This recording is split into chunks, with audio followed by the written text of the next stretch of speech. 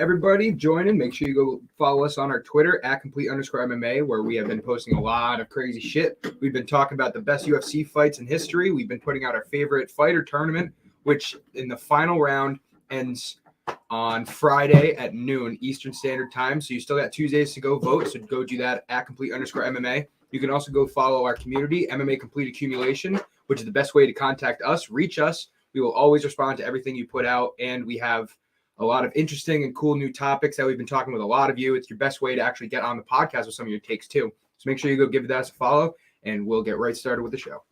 And boom, we're live. Boom. All right. Dylan, man, fucking what's up, bro? What's up?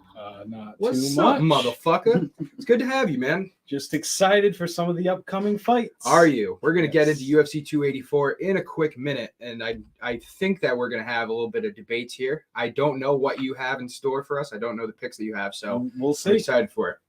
I don't have anything really planned today, but there's a couple things I want to get out of the way if you guys don't mind. On our Twitter right now, we have done the favorite fighters tournament, which has taken us, I want to say it's like 2 weeks now. I think it's been 2 weeks. I think it's going on 3, to be honest. It's been like 2-3 days I Yeah. put out for each round. Each round, it's been crazy the amount of engagements we've had with you guys. So I want to thank you for that. But every single poll we've had has had at least 100 likes. I want to say some of the Conor McGregor ones had like 300, 400. So it's been awesome to hear back from you guys. And we are at the final round right now, which is between, let me actually throw this up on the screen real quick so you guys can see what we're doing for the tournament. Great finale. It's a fucking interesting finale. So there you go. Yeah. There's the full tournament. Volkanovski versus Charles Oliveira in the finals for the favorite fighters tournament. Last couple days, the final 8 happened, I think, last Friday or something. So right before the last right after the last podcast we had, Conor McGregor lost to Alex Volkanovski. 62% of the vote went to Volkanovski. I thought Conor would win this tournament for sure, especially with everything going on with him and the Ultimate Fighter. Volkanovski beat him. And then another crowd favorite, Tai Tuivasa, lost to Tony Ferguson. Wow. Sean O'Malley lost to Max Holloway. Which is crazy. That's Right. And I got to be honest with you, Charles versus Volk. I do know the poll results. I don't know if I should say it now to jinx them. We already have about 60 votes on the poll for the final round, and I gave it an extra day. I think it's like 4 days. Who do you guys think's winning right now? So 60 votes. We're not all the way there yet. It's within 10% of each other. I think it's Volk, man. yeah. I gotta say Volk. It is Volk. I was surprised by that. I thought that Volk was like a fucking diehard MMA fan guy. Yeah. Right? You know what I mean? Like casuals, like they see Charles Oliveira. He had a huge year last year, so they would probably see him. I mean, obviously I thought Conor, but I guess with everything going on with UFC 284 might have helped Volk a little bit. But yeah, Volk's at like 58%. And Charles is at 42. Like I said, still a lot of time, so make sure you guys go vote on our Twitter at @complete_MMA. The Ultimate Fighter is the next thing I want to talk about. Oh. So, some breaking news came out today, and have you guys seen it on the Ultimate Fighter? I have not. No. So, a couple things. One, we know that it's Conor versus Chandler. That's going to be a great fight. And an article got released on ESPN Press Room today, and it said that the Ultimate Fighter 31 has begun production. The fighters are in the house. Production has already started with Chandler and Conor already there. And the first episode will drop on ESPN broadcast, so ESPN TV and ESPN Plus, Tuesday nights at 10 p.m. starting May 30th. So we got 3 months, a little more than 3 months before we see any of this, Wow. which is kind of crazy. And then you got to think with an extra 2 months of the actual TV show, we're not going to get to see Chandler versus McGregor till probably August. Like the end of the summer type Right. deal. It's going to happen like UFC 291. It's a big camp. That is a big camp. The other thing that got announced today is something very interesting I thought was pretty cool. The Ultimate Fighter has a new format this year. Prospects versus veterans. The UFC is, and again, they haven't leaked out any of the fighters that have gotten there so far. No one knows who's there, except for the guys who are there. The UFC is bringing back people that they have released and cut that have had fights in the UFC, assumably over the age of 30, somewhere in their 30s, and they will be pitted against prospects coming up, some from Dana White Contender Series, some from just other promotions and everything. So it's going to be like 30-year-olds versus 20-year-olds. The guys that are in the UFC versus the up-and-comers. And I think that's a fucking really cool idea. Yeah. Awesome. You watched a little bit of The Ultimate Fighter last season, right? No. With Volkanovski Ortega? Seasons. That wasn't last season, though. Yeah, I think it was. Wasn't it? No, I think there was another season. Nunes Pen. Yeah. I mean, I didn't watch that one. Huh. Oh, yeah, you're right. When the fuck did that? Mm-hmm. That happened May of last year? I didn't even know that happened. I think I did hear about that before the fight, but I didn't watch any of it now. But I'm pretty sure that this has never been done before. Like, it's always been prospects. Yeah, I think I've heard that somewhat. I don't know where, but prospect versus veteran. Yeah, that's really cool to me. I find that interesting. I wonder how Connor's going to do, like, trying to coach some 40-year-old guys that are probably. Is that how they're going to split it, though? Who's getting the prospect? That's the other thing, too, No, is how are they going to split the team? Right. I I would think that because in the past they'll have everybody in front of them and the coaches will take turns picking who they want. Right. So I would think that you can have veterans and prospects on the same team. Yeah. Right. And at the end, it doesn't even matter. At the end, they have the top 4 or top 8 guys, and they're all like, if it's Connor versus Connor, it doesn't matter. Yep. So yeah, I thought that was really cool. It does kind of suck how long we're gonna have to wait to see this shit, though. Yeah. For it to not even come out for another 3.5 months, I'm sure we're gonna see some shit leak. There's gonna be clips of McGregor and Chandler going at it, maybe something like that. But yeah. Does it say if there's another weight class? Because they usually do. Weight classes are lightweight and bantamweight. Cool. Interesting. Why bantam? Yeah. I don't know. They usually do that kind of thing, though. They have it like 2 weight class difference. Yeah. Like, I want to say Volkanovski and Ortega was welterweight and featherweight, I think. Mm-hmm. Oh, no, they had heavyweights because Mo Usman won, right? Right. Yeah. No. Or was that Nunes Pena? Wait. Volkanovski Ortega did have light heavyweights because Brian Battle won. That's middleweight. You're right, though. It was middleweight. I can't remember. I can't fucking keep this shit straight. I didn't even know there was a. We're thinking about unranked fighters. Like, who won? This guy is. So that's pretty cool. I'm definitely going to be excited for that. And the summer of McGregor is going to be upon us. This is going to be This is going to be crazy. Fucking 6 months or whatever. I can't wait. Crazy Connor.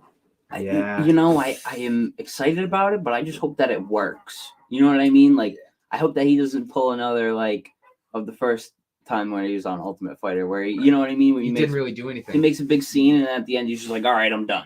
He was you know what? My coaches coach me, so I'm just gonna bring in my coaches to help you guys, and I'm not really gonna be here. Like, that's lame. Like, come on, Connor. Like, I really hope he doesn't do that. I know Chandler's not gonna do that. No, I think Chandler would be the guy. He would actually be. I think Chandler would be a great coach. I think he would too. And not only that, he would also have the foresight to be like, just so you guys know, having this skill, being prepared is really what matters. But you also need to be a little crazy in there. You need to get your name out there.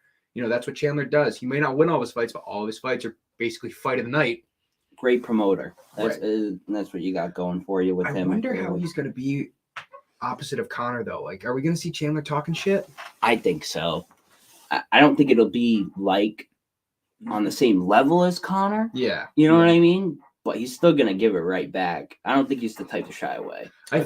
He's not going to be funny. I think he'll try to be funny, and it'll be like, that's where it's going to be cool. Right, almost cringe. Yeah, almost cringy. Me and Austin were talking about it on our space today, and we're interested to see, because sometimes they'll bring in other fighters, like they'll make a guest appearance kind of thing. And it'd be interesting to see who they bring by. Like, we have the John Jones fight coming up March 4th, and production's going to go till probably the end of March into April. So I wonder if John Jones might stop by, like something like that. I don't know. Some guy with Chandler might be like Justin Gaethje might stop by. I don't know. It'd be cool to kind of see what happens there. Either way, I'm fucking excited for it. This is the first Ultimate Fighter in years that I'm gonna watch this shit. Definitely. And again, ESPN Broadcast TV and ESPN Plus Tuesday nights at 10 p.m. Eastern Standard Time. It's a weird time, but not a great time. But it's on ESPN Plus, so if you have a subscription, you can go watch it the next morning, kind of thing. Which is great, right? So, in other news. And you guys have told me about this. I didn't even fucking know this. Khamzat Chimaev called out Robert Whittaker, huh? You guys think about that? He did. I think it's an amazing fight. I don't know how official it is. Still debating on whether it's a UFC. Yeah, look that up. If it is, that's huge news. And I think they should just make it official. Khamzat Chimaev is a middleweight. Robert Whitaker said he's Put him in the down. rankings He said, and let's we'll do it. I think it'd be a good fight. I think he's a phenomenal fighter. I think I'm a hard fighter for him, just the same. That'll be a showstopper for sure. Look up more. See if there's any. Pereira or Adesanya is already a thing. I think this is UFC going to be 287. next. He needs a fight. It's the perfect fight. Is Whitaker still the number one? No, he's Yes. the number two. Oh, yeah, because Izzy's number one. Right. So that's the fight to make with him right now. Yeah. And then do you think so? As long as this fight happens, which it seems like it might happen, do you think the winner gets the next title shot? Barring if Adesanya beats Pereira, they would make a trilogy, I would assume. But at the same time, maybe with this momentum, especially if Khamzat gets like a crazy fucking first-minute knockout or some shit like that, like I think you gotta give it to him at that point. No, I don't think so. But if that did, it'd be hard to deny him a title shot. I think it just depends on where Pereira's mindset is at. Like after the Adesanya fight, is he done with middleweight and then he wants to conquer lightweight? Jamal Hill, he wants to get that revenge for Glover. That smoke, is that still there? Is that a real thing? Mhm. So Alex Pereira has a lot of options right now. he does. I think he's going to be like one of the most marketable people in the UFC coming up just because he can do so many things, right? And I think it's also crazy that welterweight, middleweight, and light heavyweight, like we could, I know the Chimaev thing is up in the air about welterweight. And I mean, obviously we've never seen him at light heavyweight. I think he could do light heavyweight if he really fucking wanted to. That's neither here nor there, but like champ status is fucking all over the place, man. We were talking about this at the end of the year. Remember our Christmas wish list? We were like, we want a fucking double champ. I wanted it. I want to see it so bad. And you got Volkanovski could be a champ in 3 days. Which is nuts. You have Makhachev, who I believe, if he wanted to, could go to 170 and fight for a title. No questions. You got Chimaev, who could be welterweight, middleweight champion. You got Pereira, who could be middleweight, light heavyweight champion. You have so many options right now. And you have Sterling, who says that if he wins his next title defense, he's going to go to featherweight. He's a nutcase. He is a nutcase. He is. Well, the Sterling thing I understand because Wallace Willie's the number one contender. That's his teammate. He wants Wallace Willie to be able to get a title. It's almost what like Daniel Cormier and Cain Velasquez did back in the day. So, but yeah, I'm so excited. I want to see a champ so bad. If I were Makhachev and I beat Volkanovski, I would not be going up to 170. No, he's already said that. I don't think he will. I just think he could.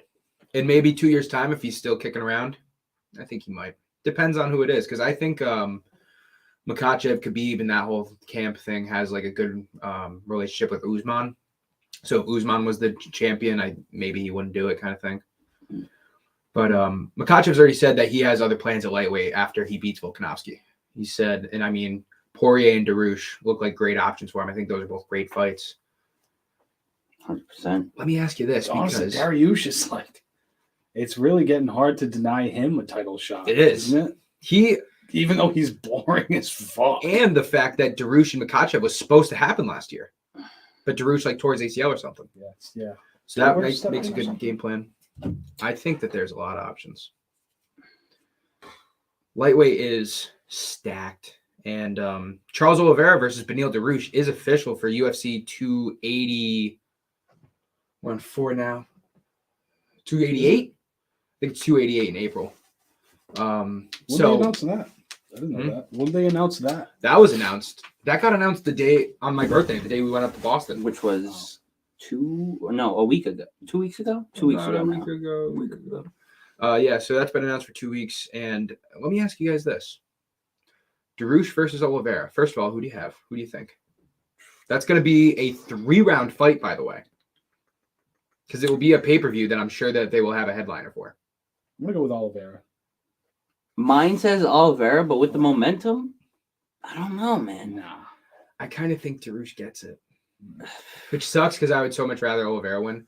But at the same time, would you guys want to see a Makhachev-Oliveira rematch? Yes. You would? I wouldn't mind it. He beats Dariush.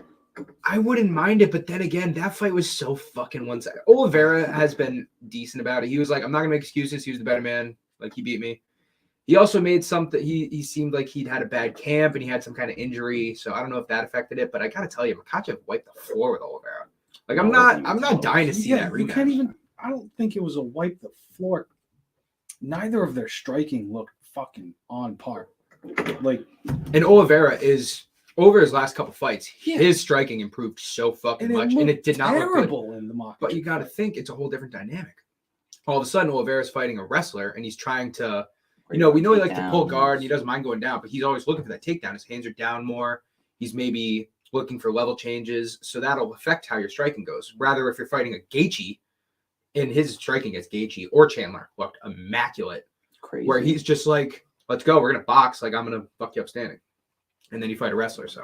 And it's going to be the same thing with Darush. Darush and Makhachev have very similar styles.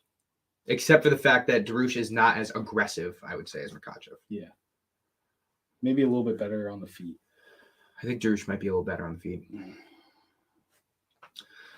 All right. Is he good enough with the wrestling though? I don't know. Makhachev wrestling is elite, man. Yeah, it is. Yeah. No, Makhachev pound for pound has the best wrestling in the UFC right now. No I would. questions. You got Sterling, who could like push for it. You got Kamaev, who's always going to be up there. That's actually a good question. Makhachev or Kamaev better wrestling pound for pound?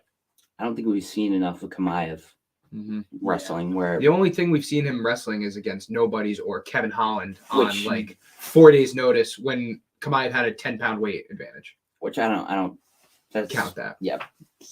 I mean, he did fucking ragdoll Holland though. It Holland, was, to his credit, was doing good rolls to get out of it, but it was a fucking it was slaughter. awful. Yeah. It was awful.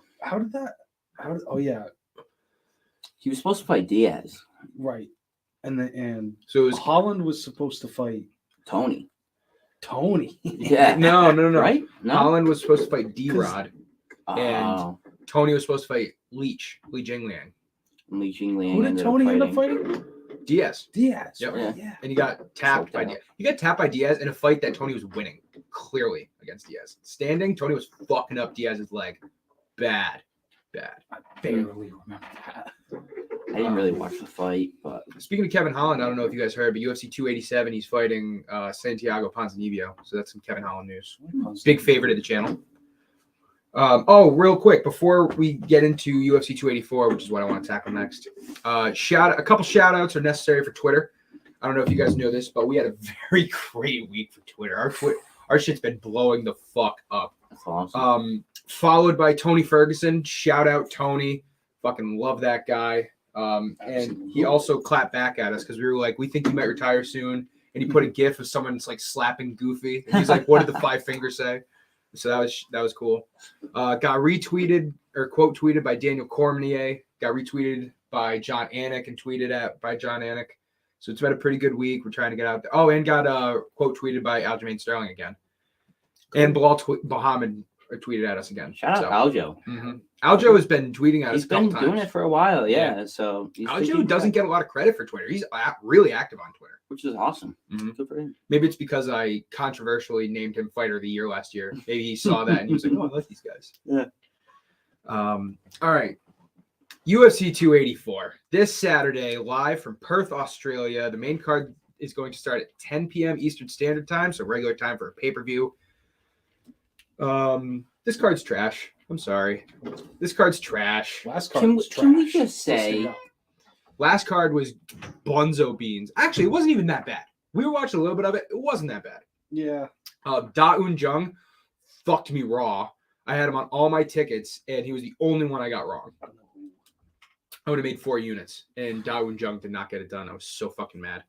Called Spivak submission. Banged that out. I was looking at that before the fight, and I was like, plus 310. Oh, by the way, with the picks for last week, fucking Garv won again. Are you serious? Swear to God.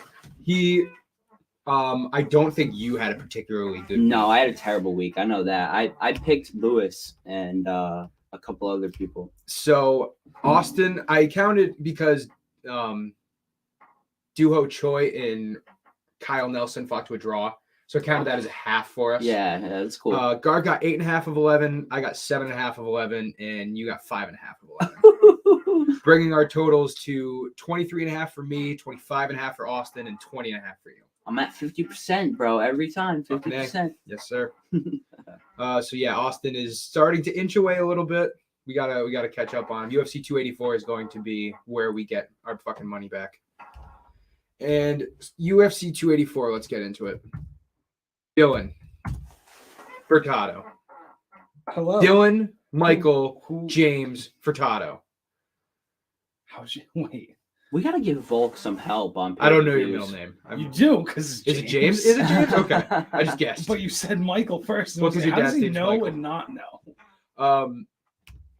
So this is the main card. Jimmy Crute versus Alonzo Menafield in a light heavyweight ranked battle, to be fair.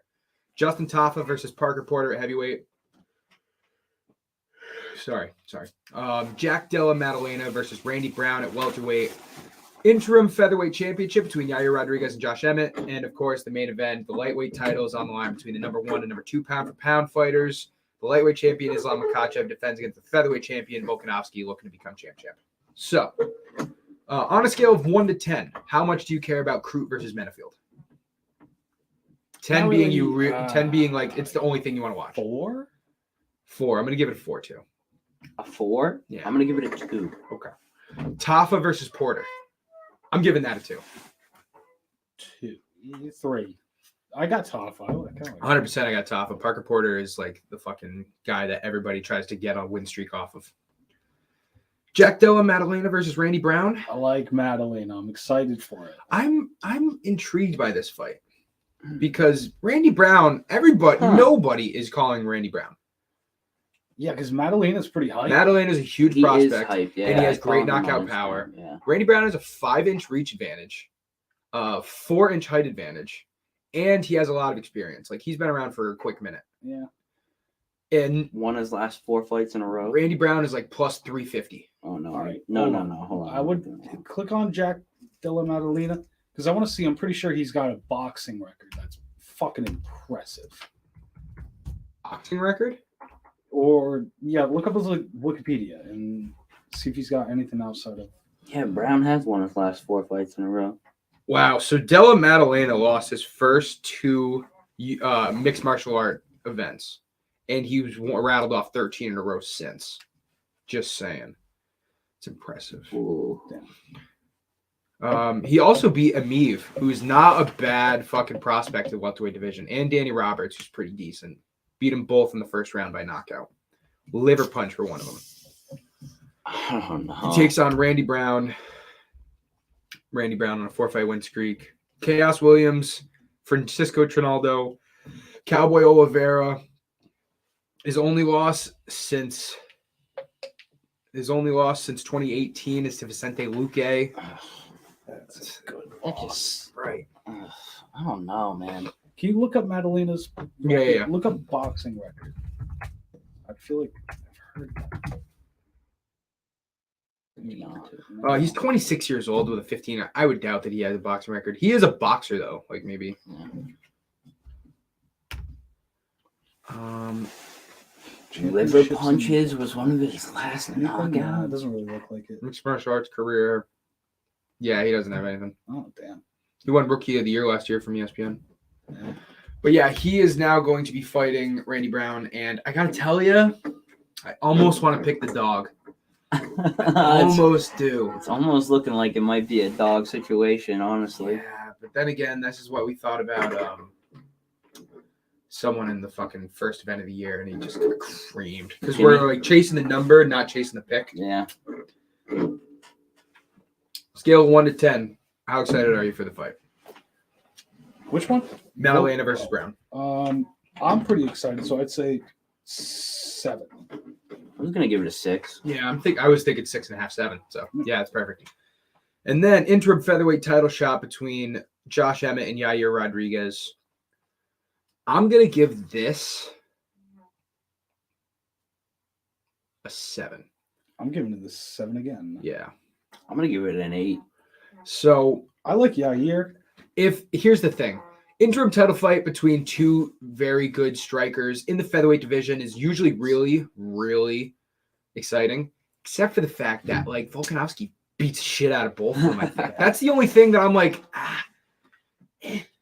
You know, True Yair that. Rodriguez, he has a chance because he can do some like crazy fucking flying tornado kick to do it. But What was other that? than What was that? What was that? What That was was that? Paulo What was that? Costa. What was that? What was that? What was that? What was that? That was Paulo Costa. Bring that up again. Oh no, that's on my files. I do because I put a picture up yesterday of Robert Whitaker versus Paulo Costa in a potential matchup, and you got to use paint to like flip the image so they're both like looking at each other. That's cool.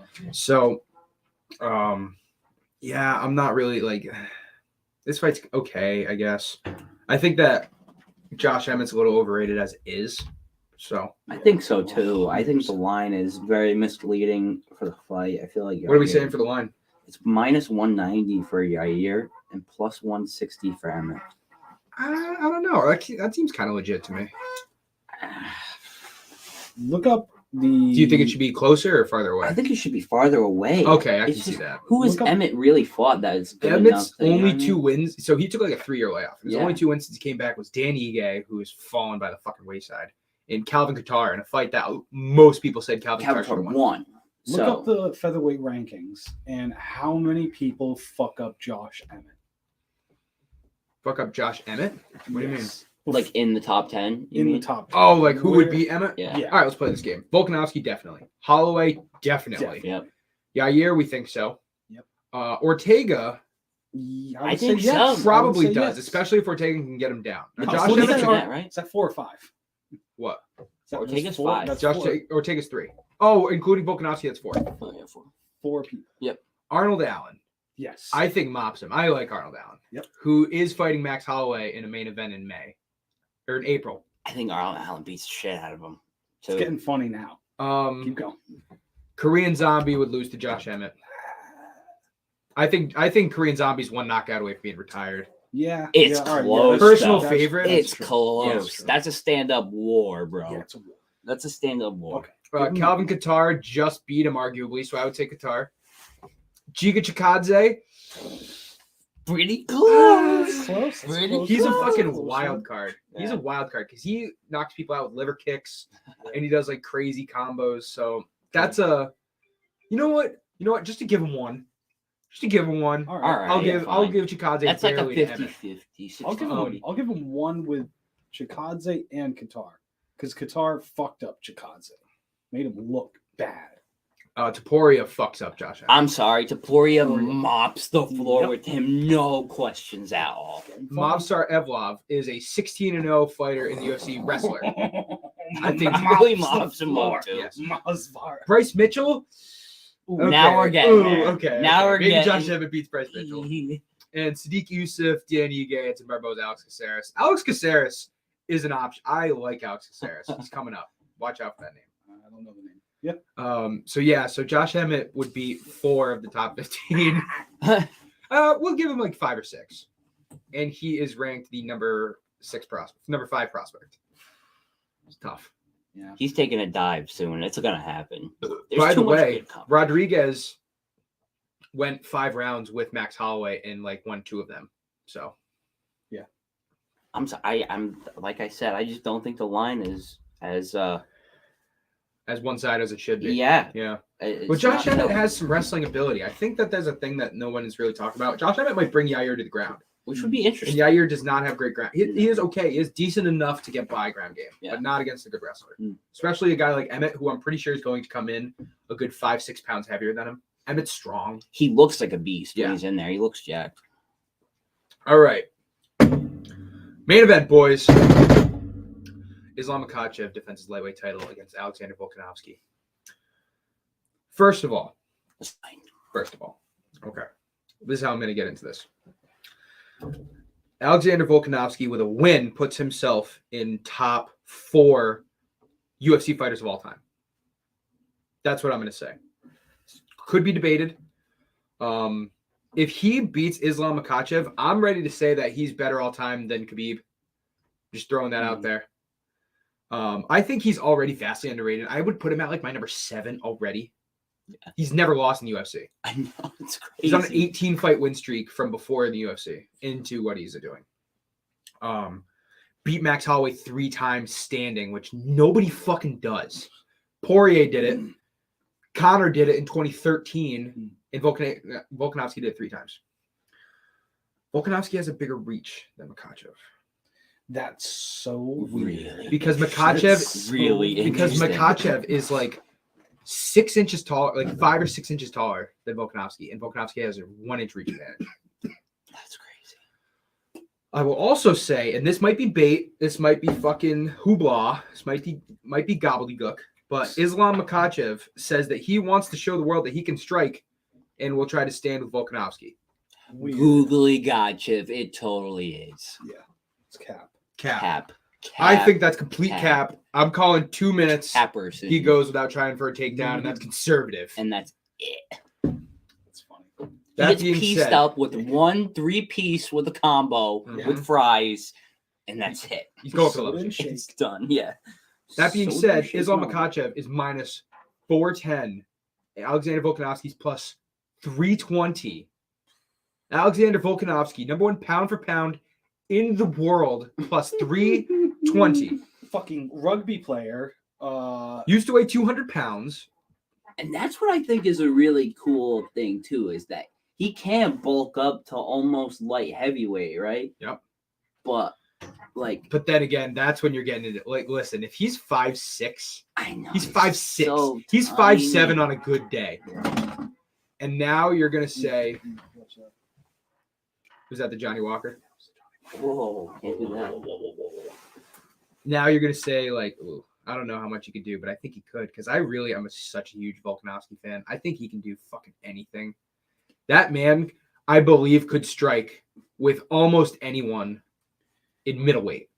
Light heavyweight, you're pushing it. Isn't he weird? Like he has so many talents Mm-hmm. in a way. Like You ever seen his soccer skills? He's fucking amazing at soccer too.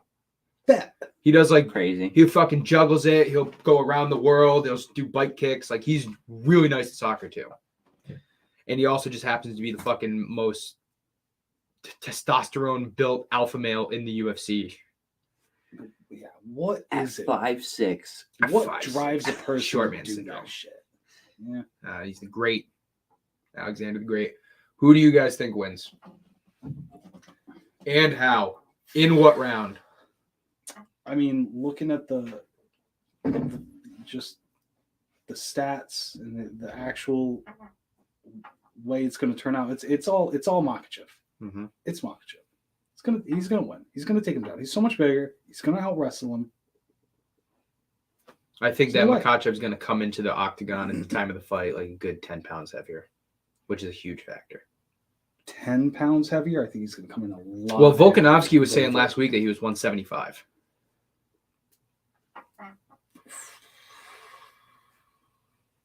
I don't know. Which is crazy to think about. You fight at 145 or 175. Like, that's pretty fucking tough. But look, going back to the rugby thing, he can put on weight. Yep. So that's not an issue. He can bang with all the big boys. Like, I don't think that's really an issue. Volkanovski also trains with, I don't know if you know this or not. You know who Gordon Ryan is? Yeah. Gordon Ryan is Trains with like Gordon Ryan. the greatest jiu-jitsu artist of all time, basically. Yes, I know who Gordon Ryan is. He's been training with City Kickboxing for a long time now, especially with Volkanovski. Volkanovski's jiu-jitsu has at least improved. We haven't seen it in a fight, but like you're training with him, you're gonna get fucking better. Those Dagestani guys, they got a different type of strength, though. That's the thing. That's the thing. You don't know it until you fight against them. Bilal Muhammad was on the Joe Rogan podcast, and he was like, I thought I was a wrestler. And then I got to the camp, and I was like, oh, my God, I'm terrible. Not even close. Like, these guys get their hands on you, and you're like, what the fuck is grabbing onto me right now? So different when you got 6-year-olds in Russia training wrestling for 30 years. Yeah, I mean, and it's a that's what different it kind of is, strength. right? You're there bred to be fighters. Yeah. I wouldn't Like, put you know it what I like mean? that. Just put it like I think in you Khabib's case, I would put it like T-ball, that. like you join T-ball, you're joining wrestling. Yeah, It's but like that. you're doing T-ball when you're 6, and it's like a sport that your mom and dad are paying for. That they're like, all right, like you can go for an hour and run around and get your energy out. No, Khabib's dad is like, I'm going to train you to be one of the best fighters in the world. Mm-hmm. No, you know what I mean? That was like the whole get from the get-go, right? Mm-hmm. But I think it's going to be arm and neck choke. I think Makhachev is just going to get a hold of him and get him on the ground and do the same thing that he's done to everybody else. What round? It's tough to say. The over-under on this fight is 3.5. I think it goes under 3.5. I was thinking about that. I'm like, dude, that's a bet to make. It is. So there's two bets that I like before we get into real predictions here. Yep. Over under 3.5. Under 3.5 is -110. That seems like a solid fucking bet, especially if you're Makachev. Especially if you're Makachev. Volkanovski by decision is +600. That's a pretty good one. Yeah, You're gonna go for both. That's fucking numbers, right? It is. Dude, like, It's do they either have it on the TKO sports by book yet? Volk I don't think or- they have it on the sports I don't book. think Bro, if they so. have that, I'm putting 100. That was on Bovada odds though. So Was it? by the Yeah. time it gets to sportsbook, it might change a little bit, Yeah. but it won't be that much different. They do have it. Okay. No shit, they do. Under 3.5 -125. Wait, under 4.5 is -150. That's it. -1. Oof. Fight to go the distance. Yes is +130. No is -170. You might as well at that point. Just do that, Do I right? see decision result at the bottom? Decision Oh, result. it's not. Yeah, there it is. Islam Makhachev by decision +270. Volkanovski by you. Oh, this is unanimous. Oh. Okay, hold on. Yes. Unanimous decision. Volkanovski +800. Split decision. Volkanovski +2800. When? Is that not It's what we more? want? And then they have majority decision. It won't be a majority. Majority decisions when one judge scores at a tie, a draw, and the other two judges score for the same person. Yeah. Am I putting a unit on that right now? A unit on it, huh? Involved by decision? I split decision. Oh my god! Can I just look at methods real quick? Because we're splitting hairs with fucking which decisions it would be. What is Volkanovski by TKO? That's what I want to see. +800. See, if I'm either taking the fight not to go the distance or I'm taking him by TKO. Because I think that's the only way he wins. Makhachev by submission +145. Makhachev by TKO +210. Dude, He is listen. not knocking him out. There is He's no not knocking him. way. Well, if he gets him to the Yeah. ground, he could ground and pound to a TKO, TKO yeah, is to that- some point. I could see that. I don't think it's likely, but I could see it. You know what I mean? Nope. Not happening. Let me ask you this. Brian Ortega had Volkanovski in very deep submissions. Very deep. Mounted guillotine with an arm trapped. And he didn't get him. And a rear naked choke, and he didn't get him. I feel like I heard on the Joe Rogan podcast that, like, see, he was like spitting some facts about like the different states of your body not having oxygen, like the way it reacts, and like the panic that sets in during that time. And he went into like these deep emergency stages during that that fucking crank, because he was there kind of already expelled of all his breath, and then he went and you could see his face turning purple. Like that kind of means that like you're ready to fucking like go lights out. Yep. He was kicking his fucking feet like a baby.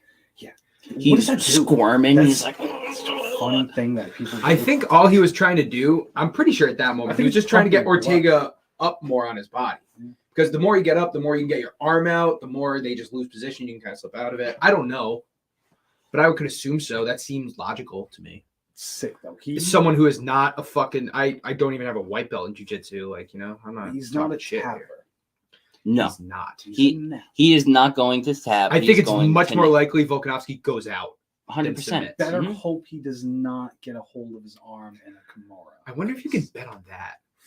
him to Him not to tap. just go out, not to tap. That would be funny. Would that be a referee stoppage or would that be a submission? Is it the same thing? I think it might be the same thing. I think it is. Yeah, Okay. ref stoppage and submission. That'd be funny. No, it wouldn't be funny. No, it wouldn't be funny. Okay.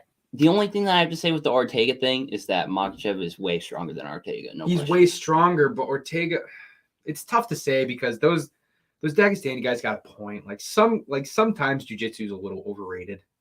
It sometimes is. Have you guys ever seen the fucking interview he has with Cormier where he's like, who gives these black belts to these guys? We need to start taking back black belts. Yeah. And I'm like, I don't know, man. Like he could have said whatever the fuck he wants, and he knows. Like, you know what I mean? So Ortega is a serious black belt in jiu-jitsu, like serious Gracie jiu-jitsu, and he couldn't get Volk to tap. That's fucking tough.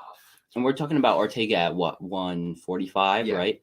You know, we're talking about Makhachev at 185. That's true. So Ortega at like one. Yeah. or 155. You know Well, what I mean? He's gonna step into that octagon 170 at least, probably closer to 180. Volkanovski, I think, will step into the octagon on 170. Makhachev looks like he gets to 180 when he's in there and he's all water, hydrated and everything. He looks big. He looks big. He doesn't look Khabib big, I don't think, but he looks big. Khabib was just another fucking dude. Could have easily performed at middleweight. No question. Easily. Khabib just looked like Very wide. Why? Yeah, he's not as cut. Like Makhachev is cut. You can see every muscle on him. Makhachev's right? also taller. And see, that's another thing too. Which is we like to talk about reach a lot. We don't really talk about height difference. Like Makhachev, what is the actual stat? All right, let's see. I want to say he's 5'11", 6 foot. He's 5'10". 5'6". Yeah. So you got a 4-inch height advantage. Makhachev, that's what he's been saying, though. He wants to show that he can strike because Volkanovski's a small guy. Like, that's going to be the difference. Can you? But to, here's I'm sorry to cut you off, and I will let you finish. But what is off. Holloway's height? Holloway's 5'11". So Holloway's taller than Makhachev. Holloway also has a smaller reach than Makhachev, though, too. He has a 69-inch reach. Volkanovski has a 71.5. So remember when I called you out and I said that Holloway should go down to bantamweight? Dude, I think that would be so tough. He's so tall and lanky. I get O'Malley's the same thing. Like I called it like O'Malley and Sandhagen, exact same build. Yes, technically, basically, yeah. And how I would like to see that, because I would like to see Holloway be competitive, and I just don't think that. Can you, if Holloway wins his next 3 fights against top 5 guys, can you make a 4th fight against Volkanovski? Yeah, they made a 4th fight against Figueiredo. Yeah, because it was 1-1-1. It wasn't 3-0. You know, that's the difference. That's the problem, right? Okay, but all also, right. Well, it's 3-0 against Adesanya. It's 1-0 in the UFC, though. Okay, we're 1-0. We're nitpicking now. Yes and no. You got a point, but it is 1-0. They're not shy of that. You're right. Put it together in a heartbeat. But also, Volkanovski dominated Max in the 3rd fight. 50-44. Dominated him. If Volk beats Makhachev, does he stay down there? Volk says he wants to do both. He wants to defend both belts. How crazy is that? That would be awesome. And I think he would continue to fight at lightweight more than he would at. Well, we know that Volkanovski's next fight after Makhachev, barring any crazy theatrics, you know what I mean? Like, barring something stupid doesn't happen, he gets a fluke win over Makhachev and they rematch, or like he beats Makhachev and Khabib says he wants to come back. Like, barring any crazy shit, we know Volkanovski will fight the winner of Rodriguez-Emmett. Okay. Sometime in like September, October, I would guess. But yeah, he says he wants to do both. And I got to tell you guys, there's a lot of interesting matchups for Volkanovski at lightweight. There's a lot. Can you just think about this? Can you just think about this? I want you guys to put this thought in your head. Volkanovski beats Makhachev. Say it happens. Most likely won't. Say it happens. Say Volkanovski's the lightweight champion. You with me? You guys sitting down? I'm ready. Say McGregor beats Chandler. And McGregor calls out Volkanovski at 155. Awesome. McGregor Volk, or even fucking Chandler Volkanovski. I mean, McGregor Volk. That's the fucking deal ticket. So who wins? McGregor Volk. Chandler. Win what? McGregor Chandler. McGregor Chandler. That's a pick'em. That's honestly, I'm kind of leaning Chandler. I like Chandler too. But listen, it's hard. But listen, Chandler's not going to fight the smart game plan. He's going to fight the exciting game plan. Yeah, he's going to come out fire. And that's what I think gives the advantage to Conor. Because if Chandler came out and used his wrestling, which Chandler has great wrestling, yeah, I think he would mop up McGregor. If he took him down all the time, I think he could do it. But he's going to stand and strike. And he's going to throw fucking heel kicks, and he's going to throw some spinning shit. And McGregor's going to stay back, and he's going to fucking pick his jabs. I don't know. There's not a lot of people. Fuck his 2-year absence. Fuck all this shit. His $1 billion. There's not a lot of people that can box with McGregor. There's not. Poirier could do it, but Poirier's a great boxer. Poirier is, yes, a great boxer, but Can McGregor withstand the power of Chandler at 170 with all these bombs? That's the thing. By the way, they haven't come out and said that they're gonna fight at 170 or 155 yet. Yeah, see.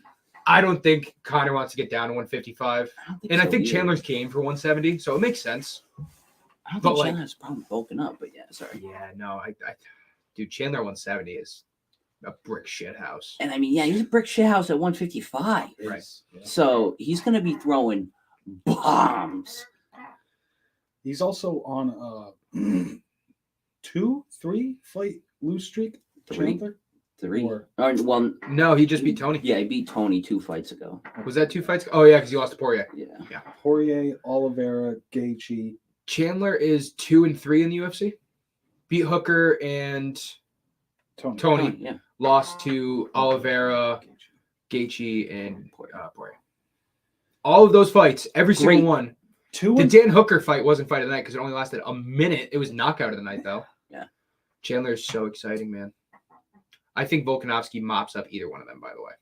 I do too. I don't think it. Well, I think the Chandler fight is a little bit more enticing, but I still think he beats him.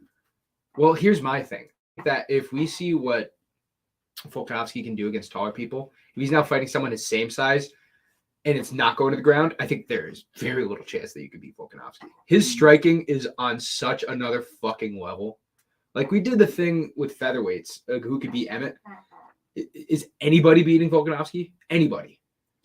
I mean, like maybe in so 2 years, close. 2-3 years, Topuria might have a chance. Yeah. But like, yeah, even at that rate, like, Oh, in that Eflov? division, no. Yeah, Topuria, maybe. I don't know. It's still too tall of a task. If he fights top 10 guy, wrestle fucks him, and like beats him in the first round, now all of a sudden you're like, okay, Evlov might have the style to do it. It's tough. All right, well, we are going to save some of this for tomorrow because we got to make our picks for UFC 284 tomorrow. By the way, if you want to be down for that, or even if you want to send us our picks, like we do picks for every single event. We're doing that this whole year, just like tally who has the better record.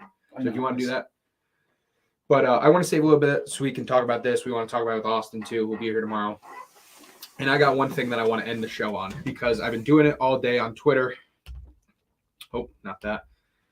More pictures of men. And before I do that, we're going to take a quick commercial break. So go check us out on our Twitter at @complete_MMA. Go check us out. Go follow us on our new Instagram. MMA Complete 1 is the user tag. MMA Complete.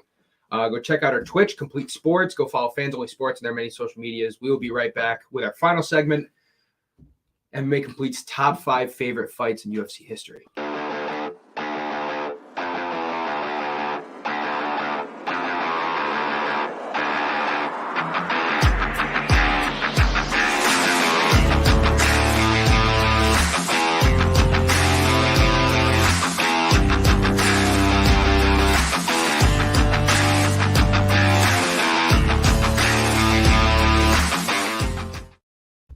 All right, so we are going to get into our final segment of the day. If you guys have been following our Twitter, you have seen that we have been posting our favorite fights of all time in UFC history.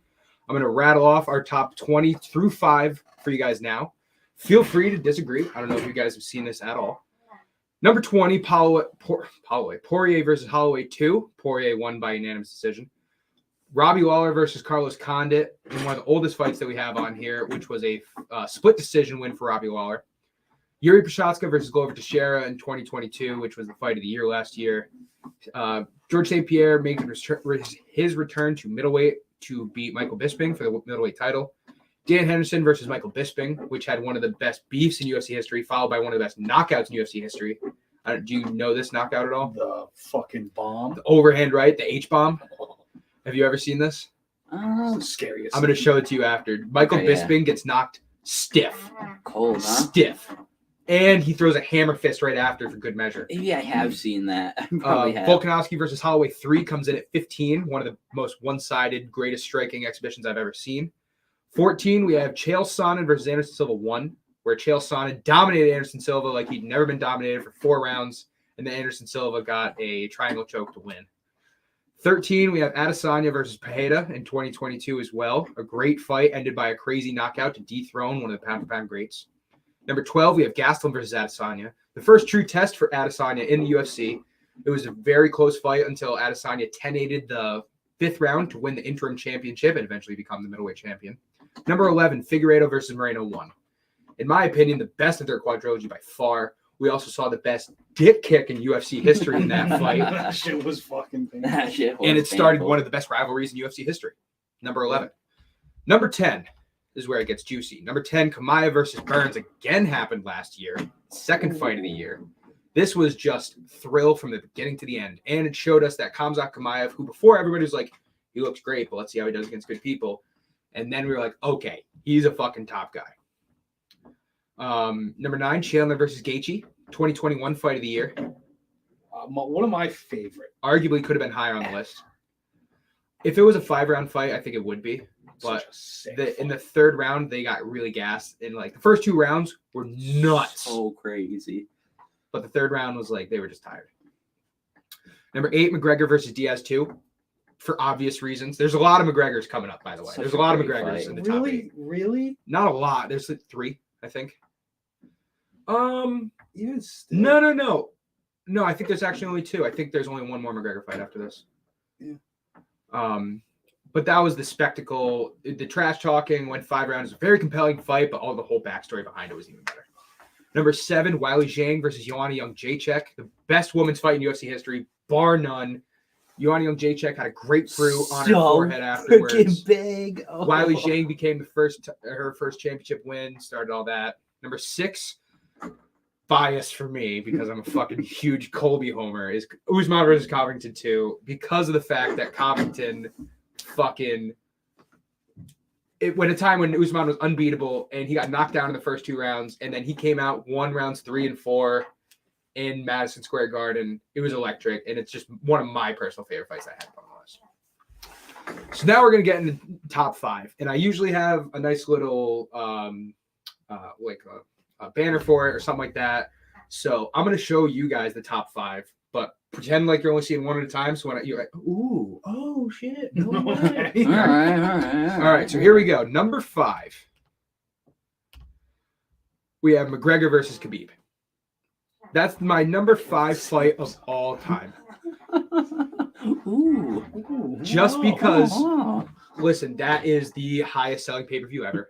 That is the best one-fight rivalry UFC's ever had, bar none. It was fucking Ireland versus Russia in a time when Conor was never bigger, right after the Floyd fight.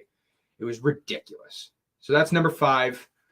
And it was more of a competitive fight in hindsight than you'd think it would be. You'd think Khabib would just ragdoll him, but it was pretty close. Like Conor won round 2, and he was pretty competitive. He had like Khabib was like 4 for 12 on takedowns. Like he stuffed a lot of takedowns. So it was a good fight for Conor. Not a lot of people thought it would happen. Number 4, Volkanovski versus Ortega. My favorite fight of 2021. That's unexpected. Really? To be as high. Dude, if you think that's unexpected, rewatch that fight.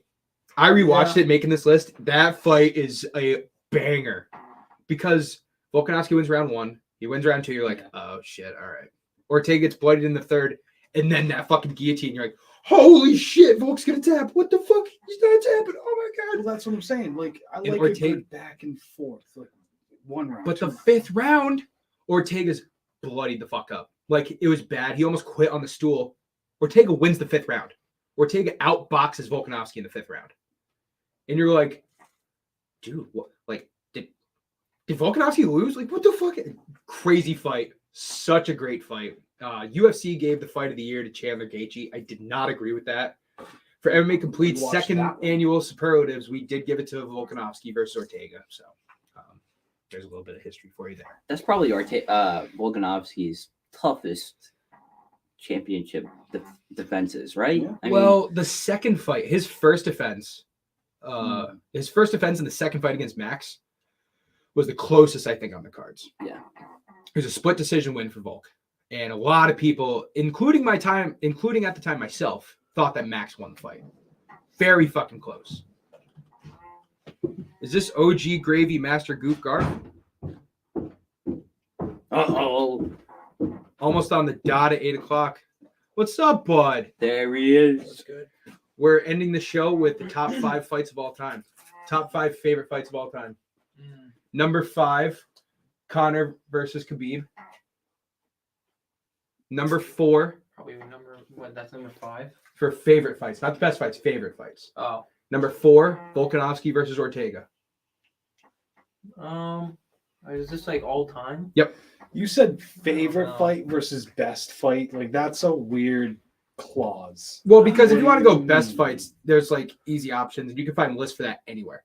But favorite fights a little more introspective. We can put our own twist on things and give different like criteria for it. Number 3, Stephan Bonner versus Forrest Griffin 1. The Ultimate Fighter season finale for the first ever Ultimate Fighter. Because we're so talking about the Ultimate Fighter 31, that fight, we rewatched that fight not too long ago. That was a fucking classic. And UFC would not be here without it. Absolutely. Prime time. Absolutely. Fair enough. Now, the top 2 fights. I think you would agree with me on this. I don't know how rich you are with your UFC history because these fights are a little older. I believe that there are 2 fights that everybody should have as the best 2 fights of all time. Are they the They're two? my top 2 favorite fights of all time, too.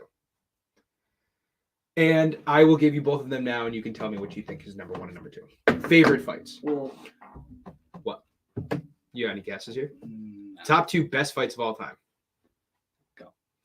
So I'm going to give you these 2. No order. You guys got to tell me. Number 1, John Jones versus Alexander Gustafsson. I was gonna say that, bro. I was gonna say that. Mhm.